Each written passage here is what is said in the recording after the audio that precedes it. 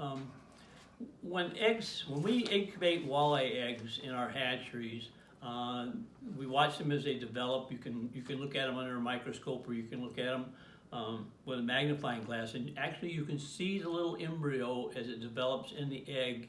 And just before they hatch, you can see their eyes, and you can see they actually spin around inside of the egg.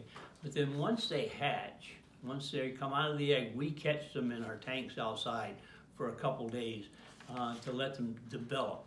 And what I'd like people to know, I have a document here that shows the progression of the different life cycles for about the first 10 days of a little walleye's life cycle.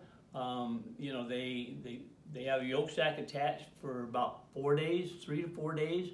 They have an oil globule that's attached to them for about 10 days, and then their gill filaments start to form about 3 days after they hatch, and their fins start to develop after about 3 to 4 days, up to 10 days. Then they get a tail that looks like a tail rather than a spike.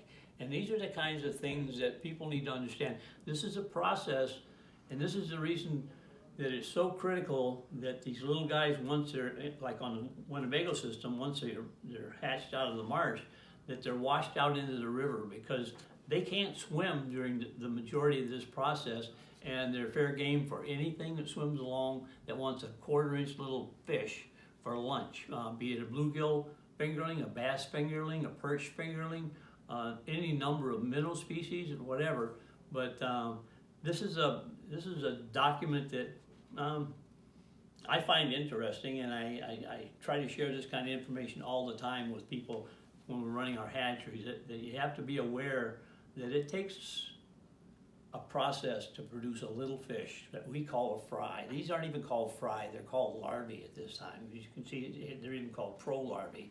They're not even considered a fully formed little larvae when they first come out of the egg. So this is the kind of information that we need to stress when we're talking about success, hatching success in whatever environment. So